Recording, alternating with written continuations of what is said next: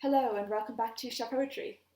Today's poem and hat were both requested by Edward McCaskill, so thank you for that request. I've brought back the tricorn and the poem is The Bridge by Henry Wadsworth Longfellow.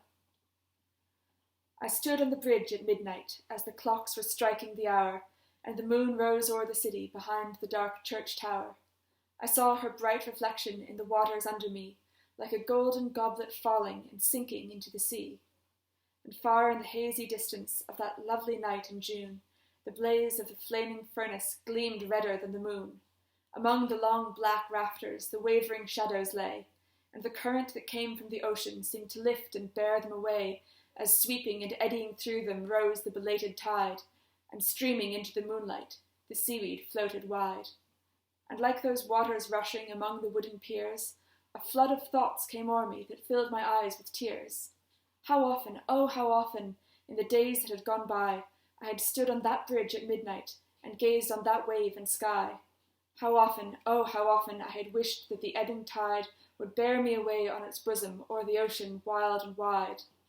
For my heart was hot and restless, and my life was full of care, and the burden laid upon me seemed greater than I could bear. But now it has fallen from me, it is buried in the sea, and only the sorrow of others throws its shadow over me. Yet whenever I cross the river on its bridge with wooden piers, like the odour of brine from the ocean comes the thought of other years.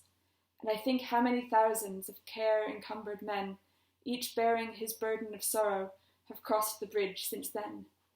I see the long procession still passing to and fro, the young heart hot and restless, and the old subdued and slow.